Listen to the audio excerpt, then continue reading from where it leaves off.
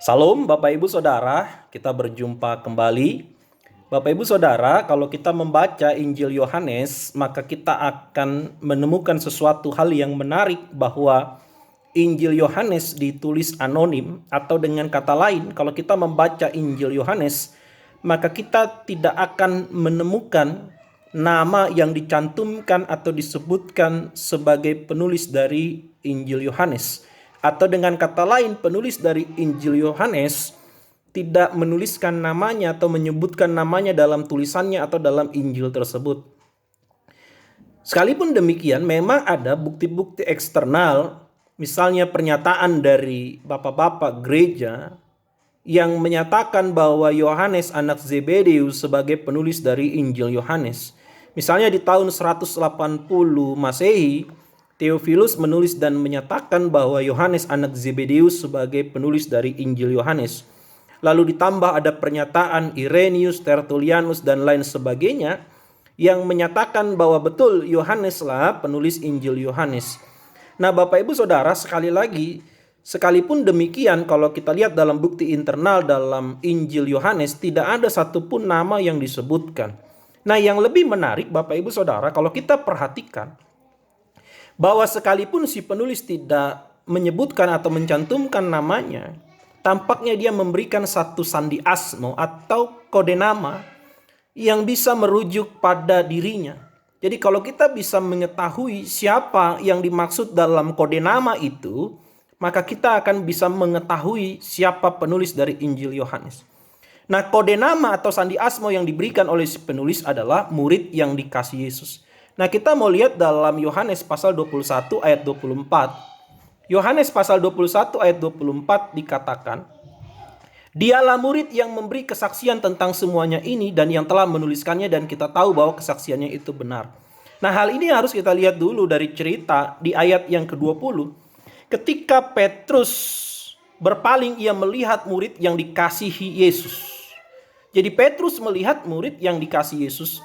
Dan di ayat 21 Petrus berkata kepada Tuhan Yesus, "Tuhan, apa yang akan terjadi dengan dia ini? Apa yang akan terjadi dengan murid yang dikasihimu ini?" Ayat 22 Tuhan Yesus menjawab, "Jikalau aku mengendaki supaya ia tinggal hidup sampai aku datang, itu bukan urusanmu, tetapi engkau ikutlah aku." Murid-murid salah paham, menyangka bahwa murid itu tidak akan mati. Padahal Tuhan Yesus tadi berkata, "Jikalau aku mengendaki supaya ia tinggal hidup sampai aku datang, itu bukan urusanmu." Nah, yang menarik tadi di ayat 24, dialah murid. Jadi murid yang dikasih Yesus, yang ditanya Petrus kepada Tuhan Yesus itu, dialah murid yang apa? Yang memberi kesaksian tentang semuanya ini dan yang telah menuliskannya. Jadi yang memberi kesaksian dan menuliskan Injil Yohanes adalah murid yang dikasih Yesus itu. Nah, ini satu kode nama atau satu sandi asmo, sehingga menimbulkan pertanyaan, siapa murid yang dikasihi Yesus yang merujuk pada si penulis dari Injil Yohanes? Nah, Bapak Ibu Saudara, tampaknya Alkitab mengesankan atau menekankan ada 3 murid yang memiliki hubungan yang lebih dekat dengan Tuhan Yesus. Ketiga murid itu adalah Petrus, Yakobus, dan Yohanes.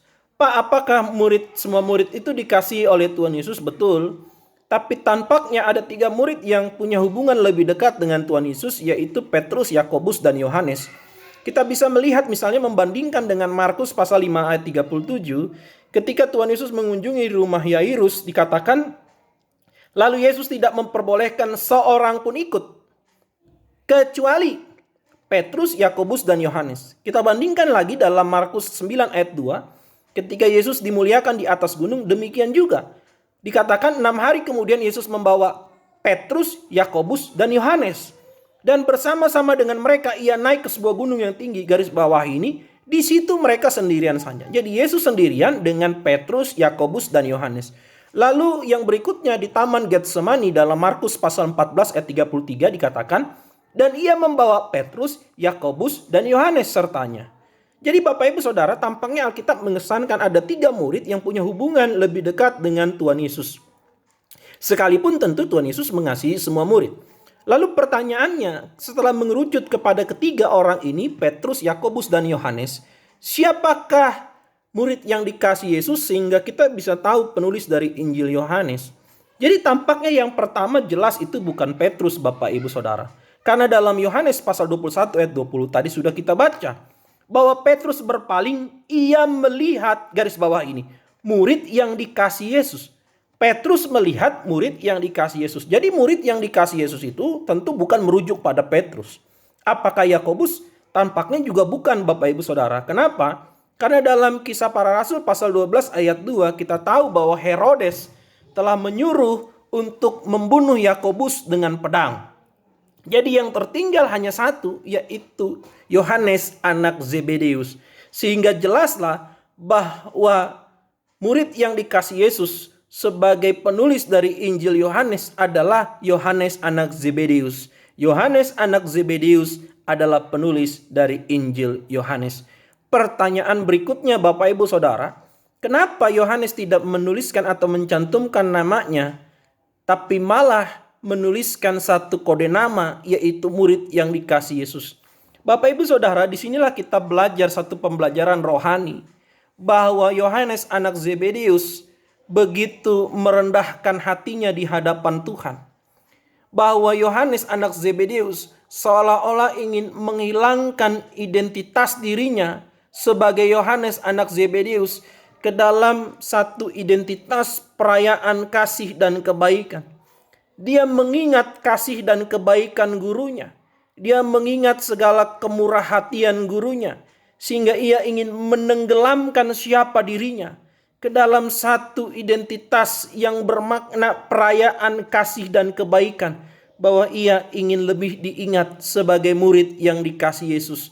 Dia ingin lebih diingat bahwa dia adalah murid yang begitu dicintai oleh Yesus. Dia mengingat kasih dan kebaikan gurunya sehingga dia menghilangkan namanya. Dia menghilangkan identitasnya. Sekalipun dia rasul, sekalipun kemudian tulisannya ini dibaca hingga saat ini miliaran orang Bapak Ibu Saudara, tetapi dia memilih untuk menghilangkan, untuk menenggelamkan, untuk menyembunyikan identitasnya. Demi apa? Demi ingatan bahwa dia adalah murid yang dikasih Yesus. Ini pembelajaran rohani untuk kita. Pembelajaran satu kerendah hatian.